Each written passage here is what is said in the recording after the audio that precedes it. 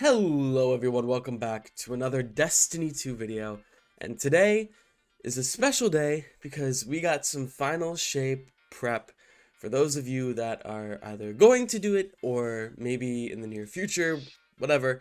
But these are my top 10 weapons of year 6 that you should get before final shape comes out, because listen, all of these are just phenomenal weapons and all of these are craftable and only obtainable from year 6, right? There are plenty of other weapons out there I would recommend, so if you're looking for more aside from the ones from this past year, then I can definitely recommend them in the comments or otherwise. But these are my weapons, okay? Weapons that I use, so, you know, if you play Destiny a lot, it's probably going to vary for you, personal preference, or maybe you like different guns. But these are the guns that I use the most, and really the ones that I enjoy the most. So without further ado, let's start off with number 10 on the list, which is the SMG from this season, Subjunctive. So Subjunctive is a 900 RPM SMG obtainable from this season activities, which, of course, that's Season of the Wish. And the role that I like on this is Stats for All Volt Shot. It is very, very similar to the Ikelos SMG that was brought back in the Season of Seraph. So if you prefer that one, then this one actually isn't that much better. That's why this one's at 10, because there are plenty of other good SMGs in the game. But this one is just flat out fun to use. And if you're looking for a really good ARC SMG, Subjunctive will not disappoint. And I do think that Stats for All is a little bit better than the other perks that Ikelos has, although Ikelos is also a really good PvP SMG. So if you're looking for a decent PvP one, I would still go after Ikelos, but again, both of these are really good. So there's no losing here, for sure. But Subjunctive, I haven't used that much, just because it's, you know, it's Season of Solar right now and Season of the Witch, and we have some really good Solar options in this list. But yeah, if I was using ARC, or I wanted to use an ARC weapon, I would definitely have this one at the top of my list. So that brings us to number 9, Abyss Defiant. Abyss Defiant was brought back with the Crota's End raid in Season of the Witch, I think it was, actually. I was gonna say Deep, but it was actually Season of the Witch that Crota's End came back, quite fittingly so. And listen, Abyss Defiant has always been one of my favorite weapons. It is a 360, so it is a little bit slower than other auto rifles, but you can get heal clip on this thing. You can get a really good roll I got on my Adept version of the Abyss Defiant is Subsistence Incandescent, and it just shreds. It's so fun to use. And if you, I mean, listen, it's a really good season to use Solar, and, you know, just in general. Heal clip does seem like it will be somewhat optimal in some areas. It's not the greatest perk out there, but it's not bad. So I think crafting one with heal clip incandescent might not be the worst thing to do in the world, and it could be pretty good. You know, I plan on doing that in the future, leveling up my crafted one and putting that on it. But I have another gun on this list with heal clip that I enjoy a little bit more than Abyss Defiant that we'll get to shortly. But if you need a Solar auto rifle, this is only obtainable from Crota's End. There are some other good Solar autos out there, like the Coronach, which is a world drop. You can get Envious Assassin Incandescent on that one. So if you're looking for one that you can't get from raids, then Coronach would be a decent option. But listen, if you can do the raid or even just cheese the first encounter or something like that, Abyss Defiant is 100% worth it. Let's move on down to number 8, Round Robin. Yeah, there are a lot of primary weapons in this list, and that's just because a lot of the guns that came out this year were that were really good anyways, of note, were primaries. The really good ones are energy, and there's one heavy on this list, but that's because the heavy is just so good. We'll get to that later, but right now we're talking about Round Robin. This is purely a PvP option, and it is one of my favorite hand cannons in the game.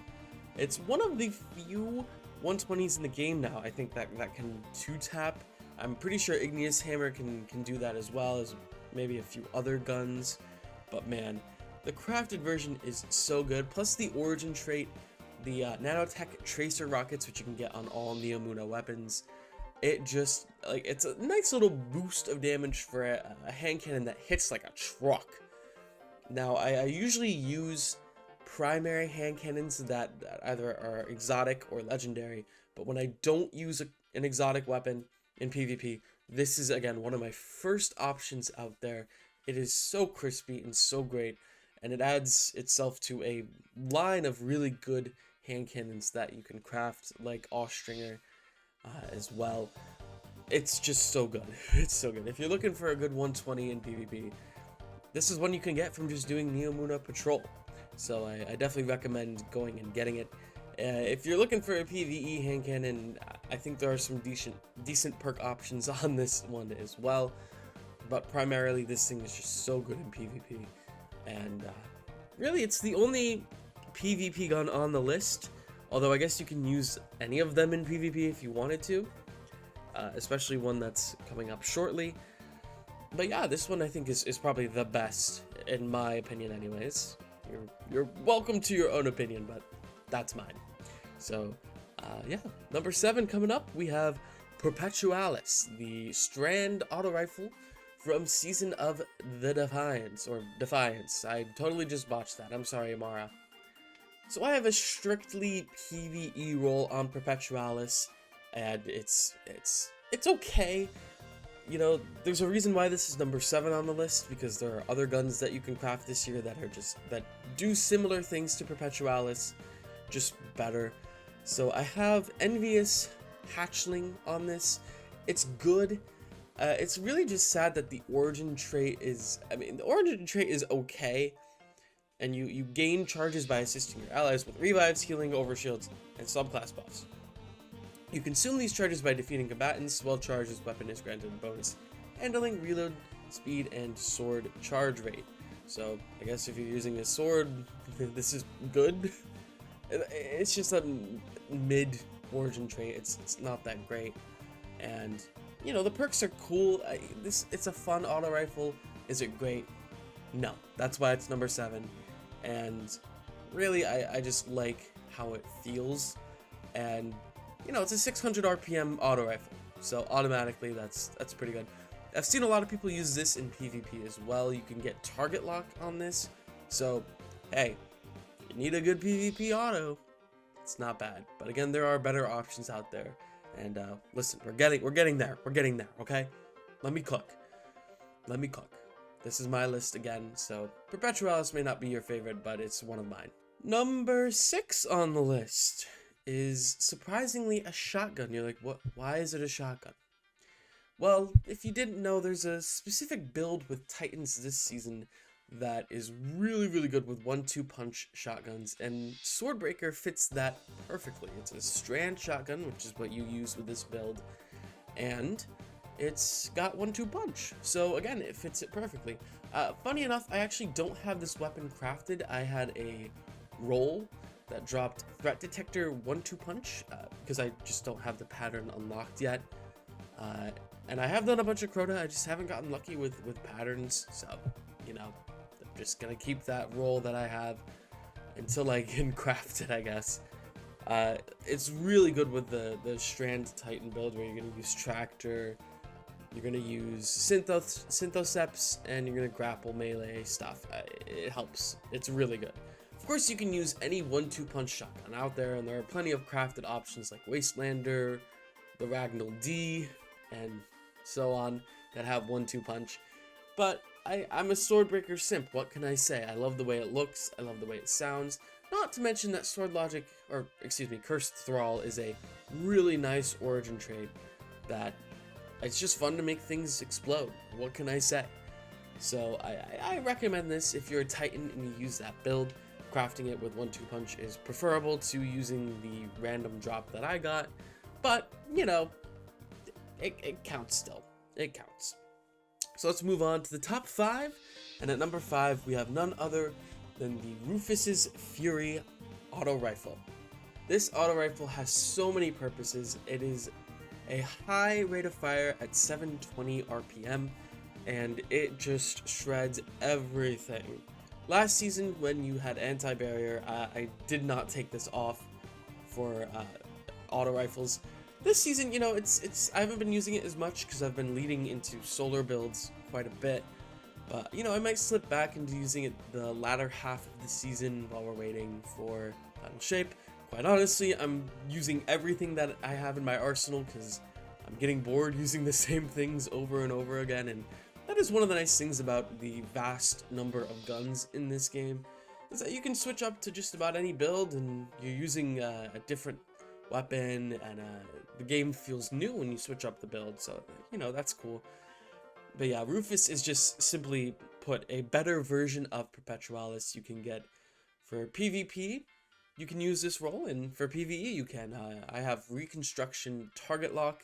Target Lock is just so good, and you add in Reconstruction, you know, you can just fire forever. You're doing a crap ton of damage. It is so good. I love Rufus's Fury, and it really brings me back to D1 using Atheon's Epilogue. Those D1 vets out there, you know what I'm talking about.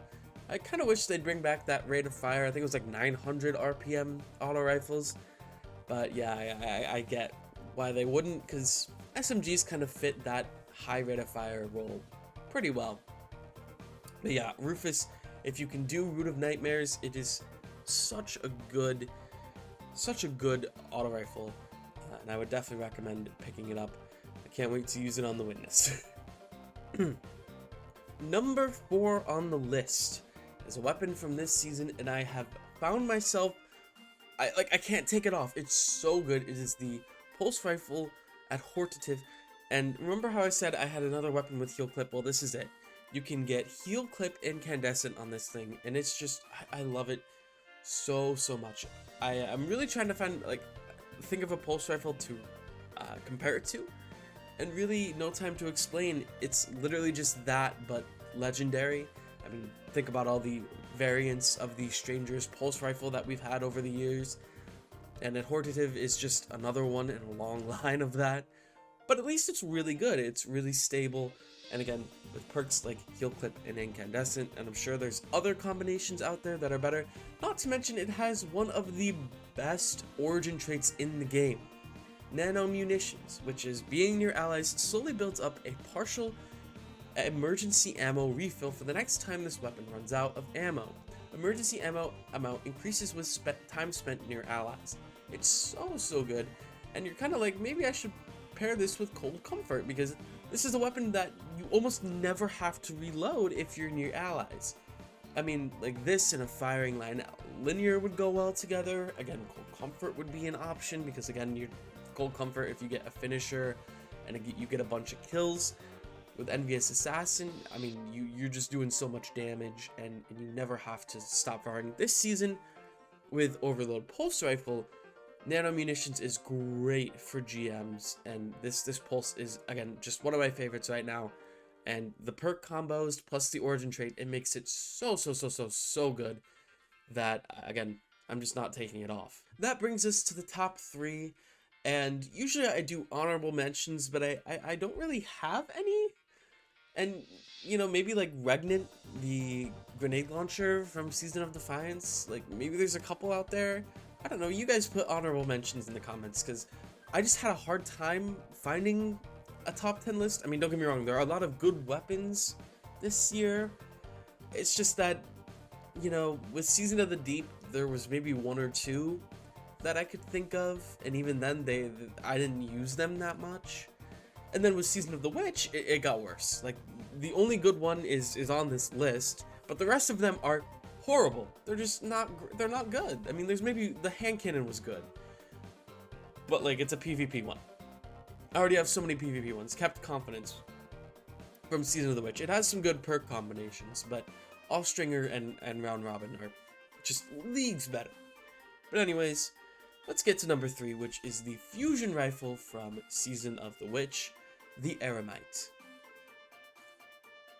Now, the Eremite is eerily similar to the new wave of fusion rifle DPS, and you can get a pretty decent perk combination on this thing.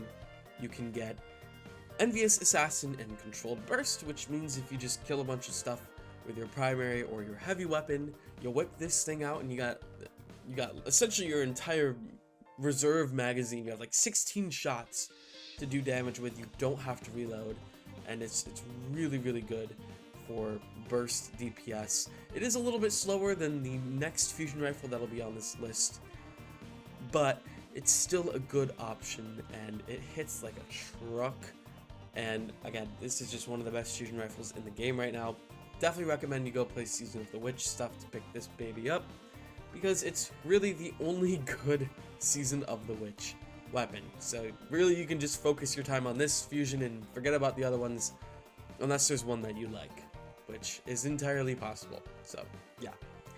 Anyways, let's go to number 2. Let's just keep this rolling. We're gonna do Apex Predator for number 2, and this thing is just insane. You can get the pattern unlocked by doing the wishes, and I highly recommend that you do that, because really there isn't that much there aside from that if you don't have it. Now, I presume you'll be able to do the wishes even if you don't do them right now. You should be able to do them right before Final Shape if you're watching this before the Final Shape is about to come out.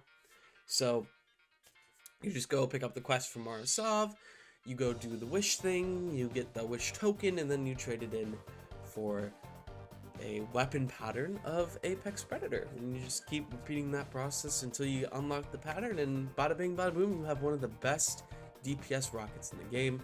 It gets reconstruction bait and switch, which is perfect because it means you can shoot through rockets after you've procced bait and switch, which is just doing damage with each of your weapons. And then you just pull out something like the Aramite and do damage until reconstruction has reloaded Apex, and you repeat that process. The damage is just, it's so easy, it's so free that even a caveman could operate Apex Predator. It's really good. And yeah, essentially it's free too. It's free damage. That's a lot of damage. Anyways, number 1 on the list is quite honestly the best fusion rifle in the game right now, and it has some really cool lore stuff. I'm gonna link a Byte video that you should go watch, because, well, scatter signal could be the key to the Final Shape, quite literally, which makes it a little bit cooler being number 1. But this thing is insane.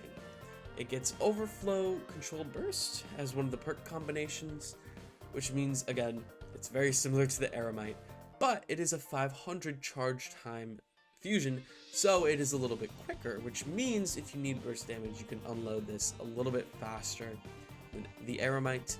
Both are good options, but I think scatter signal beats it out just ever so slightly. I've been using this thing a bunch, and you can also put slice controlled burst on it, but I think overflow is just better. Maybe it's a personal preference thing, whatever, but I think overflow is just going to serve you better, because you're usually always picking up ammo, which means you're always going to have extra in your magazine, which is great. It's great. You can go ahead and share your version of this list, or maybe you have a completely different list than what I have here, and that's fine. Listen, we all play the game differently, we all like different guns, so, you know, post your top 3 guns from this year in the description below, or the comment section, not the description. That's my area. Leave that alone, please. Anyways, thanks for watching, and I'm excited for the Final Shape. You know, I'm gonna talk more about that in the future, but I'm gonna enjoy playing a little less Destiny down this stretch, because I have so many games to play that I want to play. Alan Wake, Red Dead Redemption 2 I've never played. So yeah, I hope you guys enjoyed this list. Like if you enjoyed the video or the list or listening to me talk, because I'm such a goober. Comment again your favorite weapons from this year, or maybe what your favorite color is, or whatever. Subscribe if you haven't already. It's help make that big number get bigger, I guess, because man, it helps the channel a lot. It does. But as always, no, just being here and talking with Destiny or about Destiny is, you know, it's quite enough for me. I enjoy doing it. So thanks again, and I'll see you in the next one.